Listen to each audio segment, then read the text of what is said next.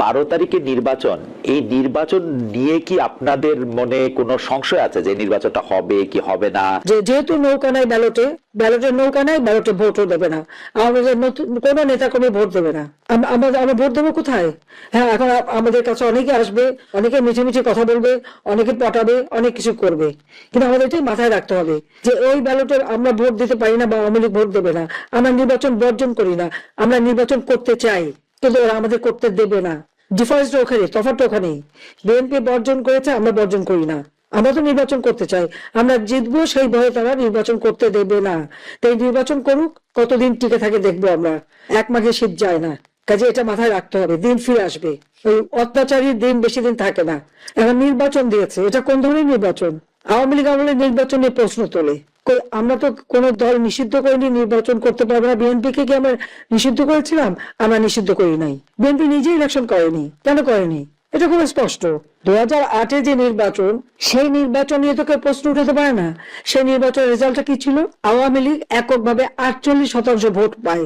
259 আসনে নির্বাচন করে, বাকি আসনগুলি আমরা শরিক দলকে দিয়ে দিই। 259 আসনে আমাদের নৌকা মার্কা নিয়ে আমরা ভোট করে 233টা আসন আমরা পেয়েছি। আর বিএনপি জামাতকে সাথে নিয়ে 20 দল ঐক্য জোট করে 300 আসনে নির্বাচন করে 32% ভোট পেয়েছিল, 30টা আসন পেয়েছিল।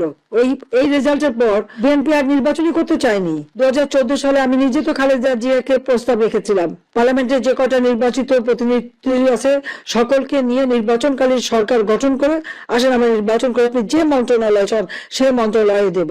আমি নিজে তাকে ফোন করেছিলাম যে আসেন আপনি এক কাপ চা খান, আমরা আলোচনা করি কিভাবে সুষ্ঠু নির্বাচন করা যাবে। তো এককভাবে নির্বাচন করতে চাইনি কখনো, বা কোনো দলকে আমরা একেবারে নিষিদ্ধ করে দিয়ে একা একা জিততে চাইনি। আর কেউ যদি ইলেকশনে না আসে আমাদের করার কি আছে? 2018-তে ইলেকশনে এসেছিল, পয়সায় খেয়ে খেয়ে নমিনেশন দিয়ে এক সিটে 2-3 নমিনেশন, নিজেরাই মারামারি কাটাকাটি, অমনি প্রত্যাহার। তারপরে এই ডক্টর ইউনূস আর এই বিএনপি মিলে, জামাত বিএনপি মিলে এই নির্বাচনকে প্রশ্নবিদ্ধ করা সারা বিশ্বব্যাপী ইচ্ছাকৃত ভাবে করেছে তারা। কিন্তু একটাও কোনো অনিয়ম দেখাতে পেরেছে? 2024-এর নির্বাচন তারা নির্বাচন করবে না, আমরা চেষ্টা করেছি আনতে, তারা করে নাই, বয়কট করেছে। আওয়ামী লীগ নির্বাচন করে বেরিয়ে এসেছে। এই নির্বাচন নিয়ে যে প্রশ্ন করে, আজ পর্যন্ত দেখাতে পেরেছে যে এই নির্বাচনে একটা অনিয়ম হয়েছে বা কোনো একটা নির্বাচন কেন্দ্রে খুনোখুনি হয়েছে বা কোথাও মারামারি, কিছু তো দেখাতে পারবে না। কিন্তু অভিযোগ আছে এবং ইন্ডাস্ট্রির টাকা আছে, পয়সা আছে, সেই পয়সা দিয়ে সারা বিশ্বব্যাপী অপপ্রচার করে বেড়াচ্ছে। কিন্তু আজকে যে নির্বাচন, কেন আওয়ামী লীগকে নিষিদ্ধ করা হলো? আওয়ামী লীগ কেন ইলেকশন করতে পারবে না?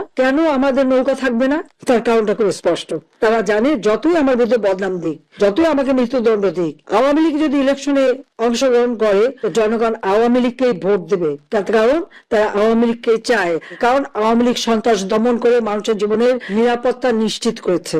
আওয়ামী লীগ জনগণের আর্থসামাজিক উন্নতি করে তাদের মাথা পিছু আয় বৃদ্ধি করেছে, তারা খেয়ে পেয়ে সুখে ছিল, শান্তিতে ছিল। আওয়ামী লীগ রাস্তা ঘাট, পুল, ব্রিজ সবকিছু উন্নতি করে মানুষের যোগাযোগ ব্যবস্থা সহজ করে দিয়েছে। আওয়ামী লীগ ক্ষমতা থেকে আমাদের তরুণ সমাজের জন্য এই ডিজিটাল বাংলাদেশ গড়ে তুলে একটা ইউনিয়ন পর্যায় পর্যন্ত যে কোনো একটা ছেলে মেয়ে ঘরে বসে বিদেশে কাজ করে খেতে পারতো, সেই সুযোগটা তারা করে দিয়েছে। আধুনিক প্রযুক্তি জ্ঞান সম্পন্ন তরুণ সমাজ আমরা গড়ে তুলছিলাম এবং তরুণদের কাজের জন্য স্টার্ট আপ প্রোগ্রাম, তার জন্য আলাদা ফান্ড, তাদের ট্রেনিং, আমরা computer training, incubation centre, hitech park, বিভিন্ন প্রযুক্তি, স্যাটেলাইট বঙ্গবন্ধু 1 উৎক্ষেপণ, সেগুলি করে জীবন মান উন্নত করে দিয়েছিলাম। ফ্রিল্যান্সার আমরা ট্রেনিং দিয়েছি, লার্নিং এন্ড আর্নিং, ভাষা শিক্ষা দিয়েছি। আমাদের বেকার সমস্যা আমরা দূর করেছিলাম, মাত্র 3% ছিল।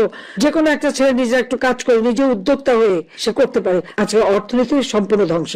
শেয়ার মার্কেটে লক্ষ কোটি টাকা পাঠিয়ে দিয়েছে বিদেশ, সব পাচার হচ্ছে, ব্যাংকে টাকা সব লুট করে খেয়ে গেছে। এখন ব্যাংকে টাকা গেলে তারা টাকা দিতে পারে না, ব্যবসায়ীরা পর্যন্ত পায় না, তার রানিং ক্যাপিটাল পর্যন্ত পায় না, একটার পর একটা সব বন্ধ হয়ে যাচ্ছে। এইরকম ভাবে একটা দেশকে কেউ হাতে তুলে ধ্বংস করে, তার মধ্যে এতটুকু দেশপ্রেম নেই।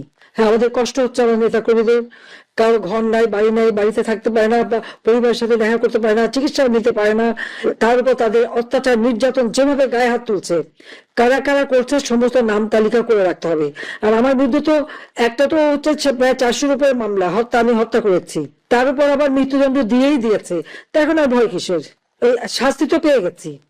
ওই নির্বাচন সবাইকে বলে দিতে হবে জনগণকে যে আপনাদের ভোট কেন্দ্রে যাওয়ার দরকার নাই, ভোট তোমরা নিজেরা ঘোষণা দিয়ে নেবে, তারপর তাদের নির্বাচনে কি হয় সেটা আমরা দেখবো।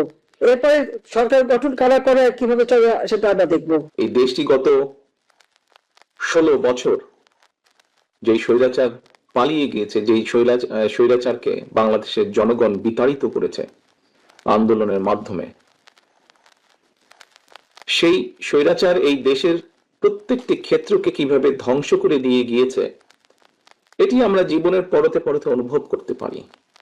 কিভাবে দেশের অর্থনৈতিক ব্যবস্থা ভেঙে দিয়ে গিয়েছে, কিভাবে দেশের আইন শৃঙ্খলা ভেঙে দিয়ে গিয়েছে, কিভাবে দেশের শিক্ষা ব্যবস্থাকে ধ্বংস করে দিয়ে গিয়েছে, কিভাবে দেশের স্বাস্থ্য ব্যবস্থাকে ধ্বংস করে দিয়ে গেছে, কিভাবে দেশের প্রাকৃতিক অবস্থাগুলোকে, নদী নালা খাল বিল বন জঙ্গলকে ধ্বংস করে দিয়ে গিয়েছে, কিভাবে দেশের কৃষি যেটাই বলি না কেন সবকিছুকে যেভাবে ধ্বংস করে দিয়ে গিয়েছে, এর ভুক্তভোগী কিন্তু এই দেশের মানুষ। এখন একটি রাজনৈতিক দল হিসাবে এবং এই মুহূর্ত পর্যন্ত আত্মবিশ্বাসের সঙ্গে আমরা বলতে পারি বাংলাদেশের জনপ্রিয় রাজনৈতিক দল হিসাবে বিএনপির দায়িত্ব হচ্ছে দেশকে সঠিকভাবে পরিচালনা করা। দেশের মানুষ যখন বিএনপিকে দেশের দায়িত্ব পরিচালনার দায়িত্ব দেবে। প্রিয় ভাই বোনেরা, যেদিন স্বৈরাচার পালিয়ে যায় আমাকে মহাসচিব সাহেব তখন ফোন করলেন, ফোন করে বললেন যে জাতীয় সরকার গঠিত করলে ভালো হয় কিনা, অথবা আমরা জাতীয় সরকারে যাব কিনা। তখন বিভিন্ন রকম একটা হেফাজত কন্ডিশন। আমি তখন বলেছিলাম যে আমরা জনগণের রায় মাথা পেতে নেব, আমরা জনগণের কাছে যাব, আমরা জনগণ যে সিদ্ধান্ত দিবে তাই আমরা মাথা পেতে নেব। কাজেই আমি সেই মুহূর্তে মনে করেছিলাম যে জাতীয় সরকারে আমরা যাব না। আমাদের লক্ষ্য, আমাদের উদ্দেশ্য সবকিছু নিয়ে আমরা জনগণের সামনে দাঁড়াবো। আমরা স্লোগানে বলি যে জনগণই আমাদের সকল ক্ষমতার, রাজনৈতিক ক্ষমতার উৎস। কাজে জনগণই যদি আমাদের রাজনৈতিক ক্ষমতার উৎস হয়ে থাকে তাহলে কেন আমরা জনগণের সামনে গিয়ে দাঁড়াবো না? আমাদের লক্ষ্য বলবো দেশকে নিয়ে, জনগণকে নিয়ে, আমাদের উদ্দেশ্য বলবো দেশকে নিয়ে, জনগণকে নিয়ে, এবং জনগণ যে সিদ্ধান্ত দিবে আমরা মাথা পেতে সে সিদ্ধান্ত নিব।